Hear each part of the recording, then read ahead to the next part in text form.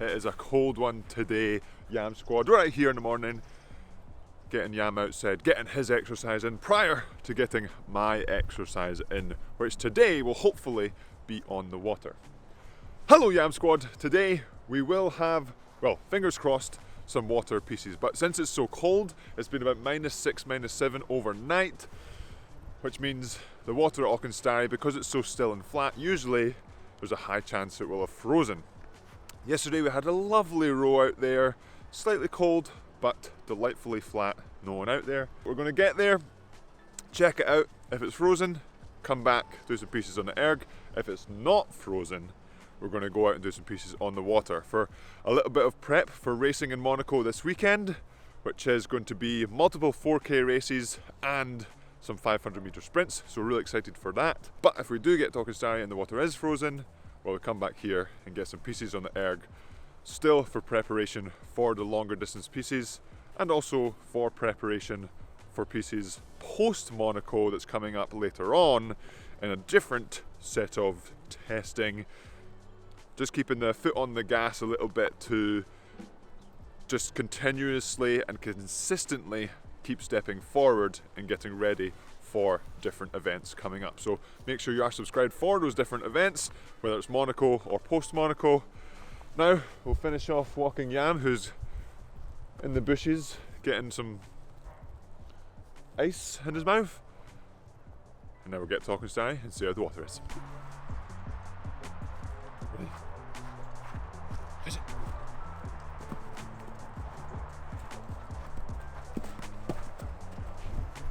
Warm up done, let's get to Auchenstary. Bye Yam. Well, there's not too much ice in the van, on the van, so fingers crossed we get to Auchenstary and there's minimal ice. Well, between me and you, I was a little bit hopeful of the water being not frozen, given that it's only been under 0 degrees for last night. Unfortunately, must have been too far under 0 degrees because the water is in fact pretty frozen, unfortunately. So we're not going to be able to get onto the water, but it's not been a wasted journey because I have to go get my handles off of my oars for racing this weekend. So we'll go do that while we're here. But sadly, this episode will be having no on the water piece content. So get my handles, head back to Yamsquad HQ and get on to the erg. Still trying to decide what pieces to do. Got a fair idea, just have to figure out what'll be best.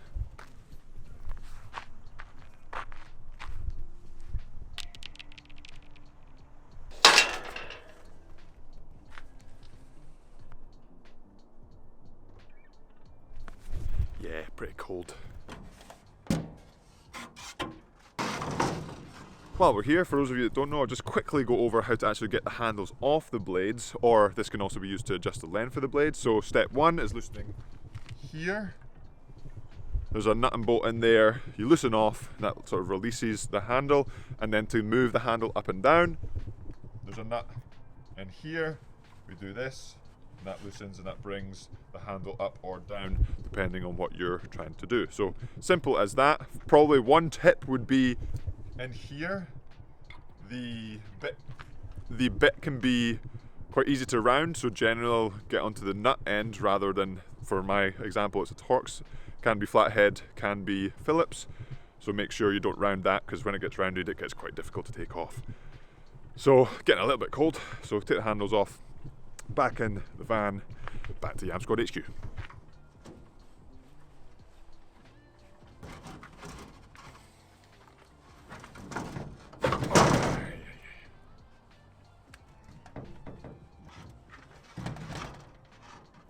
Yeah.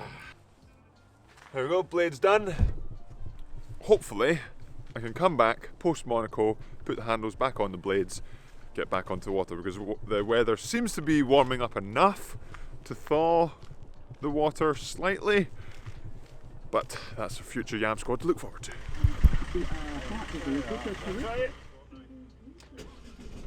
Hey! always an adventure.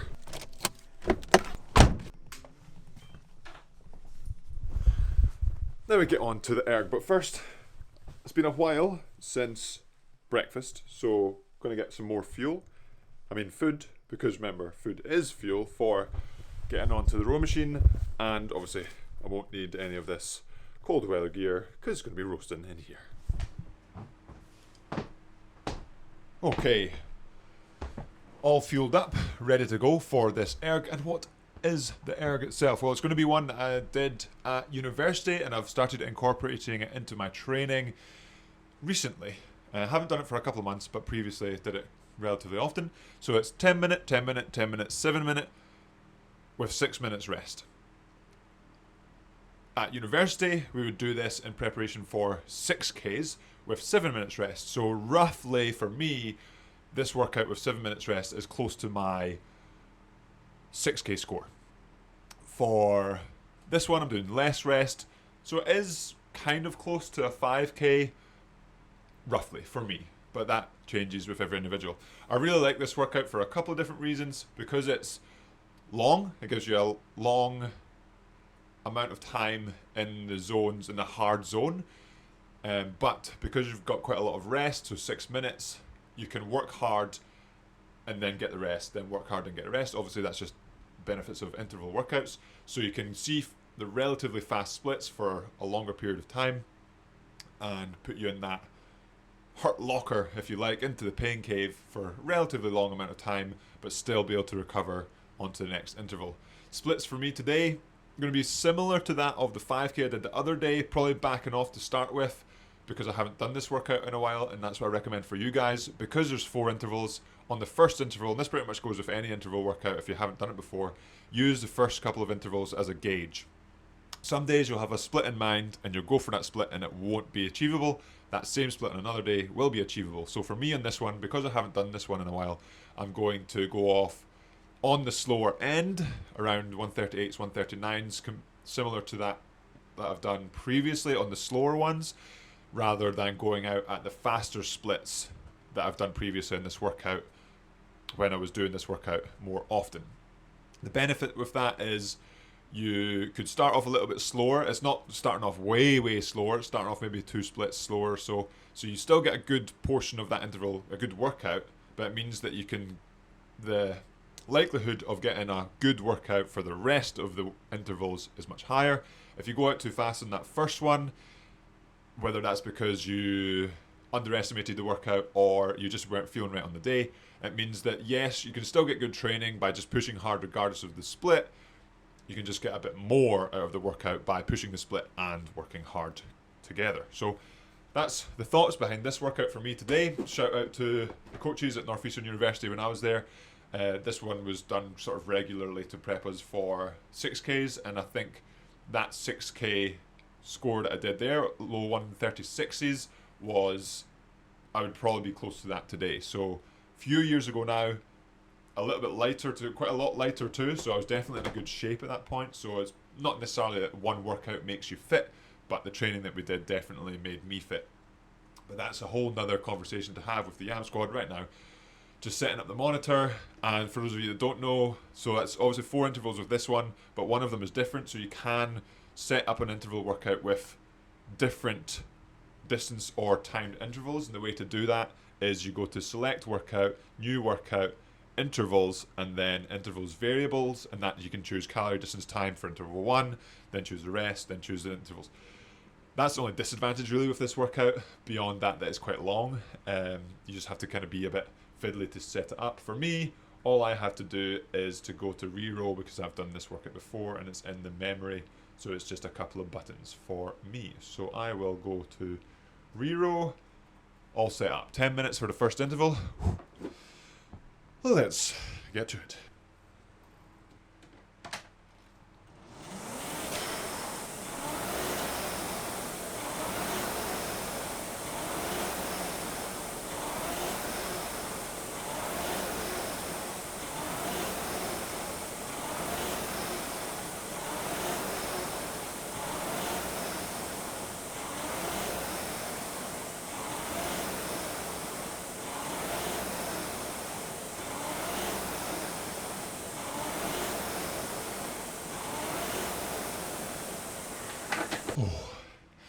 So I said about going off on the easier side.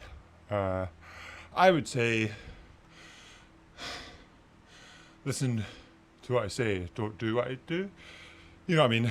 So the first one, yeah, the average 38.5, but I was probably for the first 5 minutes around the 137s. So big slow down in the last bit. Trying to figure out on this one. So there's a little bit of, well, I'm not super fresh for one.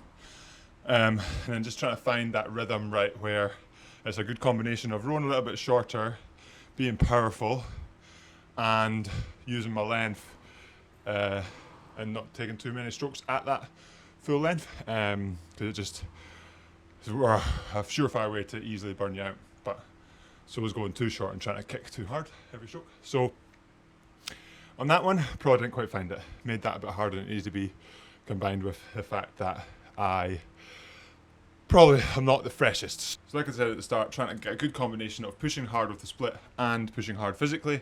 Unfortunately, with the split given on the first one, we're not going to be there. So using the split now as a guide for the next one, so 38.5, if I can go ahead and do close to there or marginally faster, that'd be great.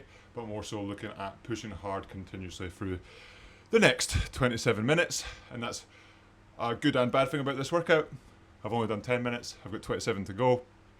But doesn't matter how slow the split goes, it's still only going to be 27 minutes. So you win some and you lose some. Now, rest up, on to the next interval. Oh, off we go then.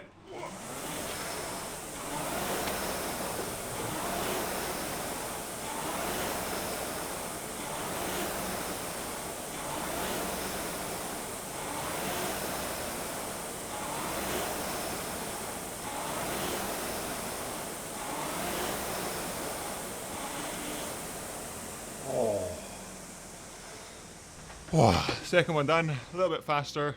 That one, not sure if you're able to tell, rated a bit lower as well. Just the freshness and just that extra few percent on the lungs today, just not there. Again, using the workout to adjust on the fly, but good to have the target of the previous one, especially in the last few minutes where you're going to finish the interval, but you could easily finish the interval just, oh yeah, I got it done, versus just holding onto the split and going, like I said, so that was 0.23 faster. So that's a step on. And the next one, again, using that one as a guide. Can I do 0.1 faster? Can I do a little bit more faster?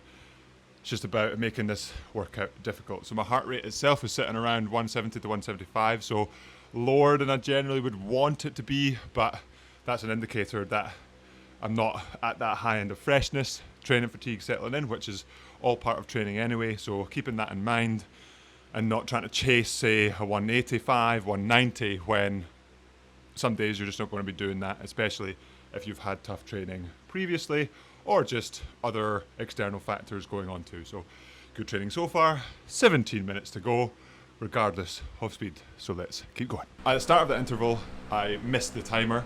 I caught it before it hit 0, but just thought I had a minute left when I was trying to get music on my phone sorted. And then built into it, I actually started feeling much fresher, and that's a benefit of having the longer rest, 6 minutes, 7 minutes rest in between. The first portion of each interval feels quite nice, and then just digs in, so on to this one.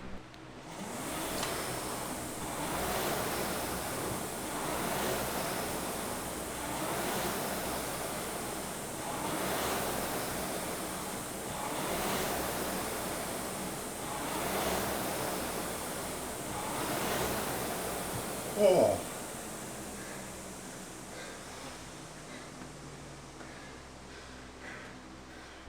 Okay, faster again. Good step forward. Freshness definitely not there, but good to be holding into it, like I said already. So on this one, this is like the third piece is really the hard one, the mentally hardest one. The last piece, the 7 minute, 3 minutes shorter. For me, I count in batches of 100 strokes. So when you count to 100 strokes in this first 7 or this last 7 minute, you're pretty much halfway there, roughly. And so you can kind of really mentally make it much more manageable. Whereas 10 minutes, 100 strokes in, still got 7 minutes plus to go. So, or 6+ minutes to go. So it's a little bit more mentally challenging. So this one, try to go faster again and push the heart rate. Heart rate on that one was pushing above 180. So the working, physically pushing is there, just about holding it there. I would rather hold this split and have the heart rate climb rather than maybe spike the heart rate and then end up being down at 130, 140 because I really just can't move properly. So last one, 138 is the goal to beat on this next one, being 7 minutes. Should be relatively more manageable, like I said in the previous one, with the 6 minutes rest, almost rest to work on this last one.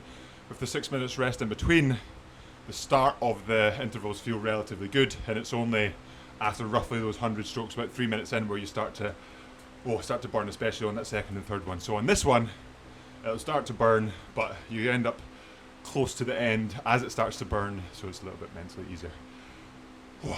Last one.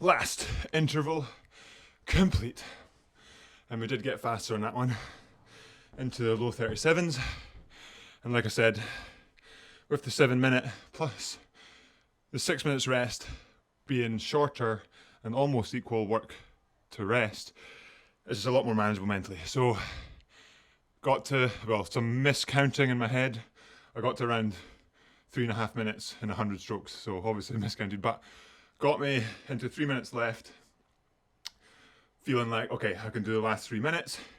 And I wasn't trying to really ramp it down, but it was, like I said already a few times, just that little bit more mentally manageable. So you could, instead of me seeing 138 sevens, I could be seeing 137s, 136s. So brought it down. Overall, really good workout. That one, this particular type of workout really focuses on my weaknesses, like I've spoke about before. The 5K is not my strong point. 6K, same thing. My training and physiology, well, my training history and physiology complements shorter, more explosive work.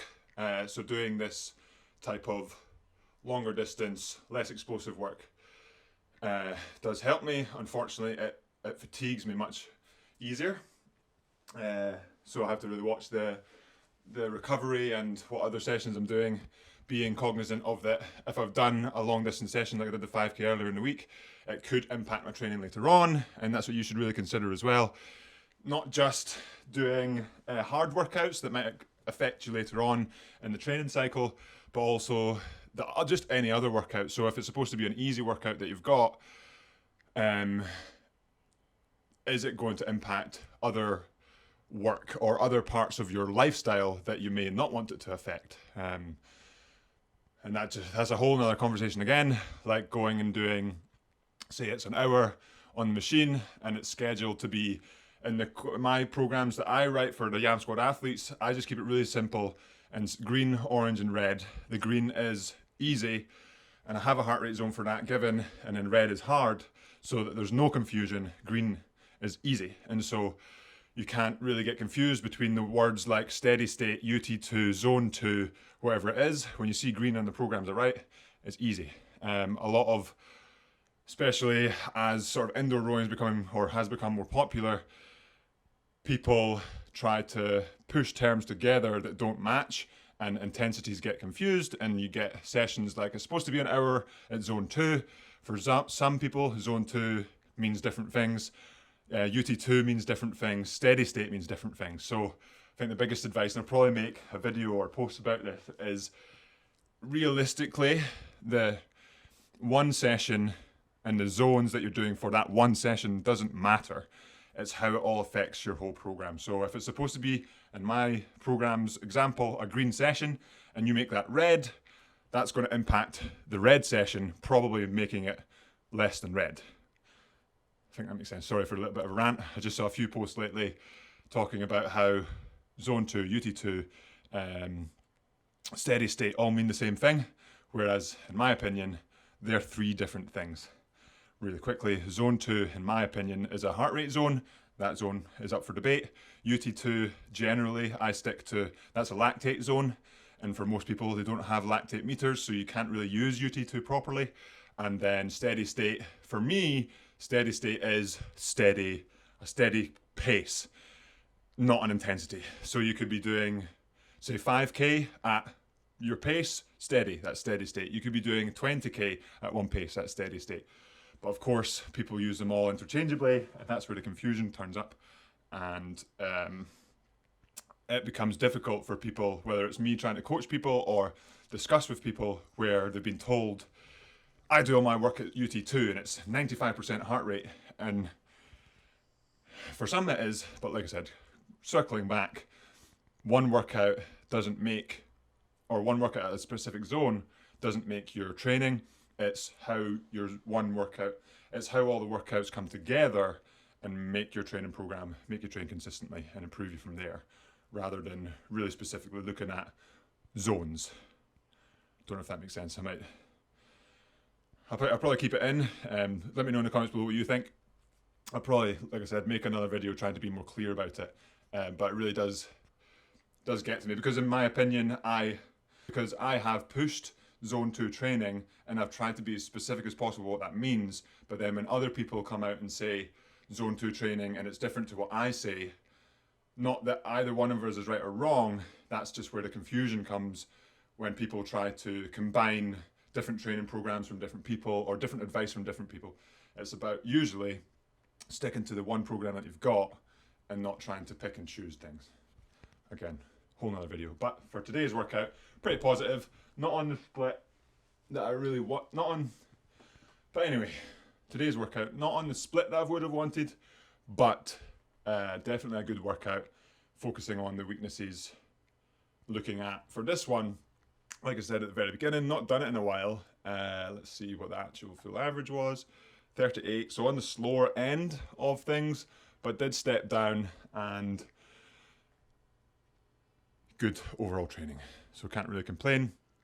Now we fuel up, we rest up, for we've got racing to come in the next episode. So make sure you are subscribed for that, so when that episode does come out, you are notified. And if you like this video, let me know in the comments below what you liked about it. Hit that like button. And if you didn't like it or want to talk about zone 2 training, let me know and I can make a video about that or something along those lines. Just going to warm down and I'll see you in the next episode.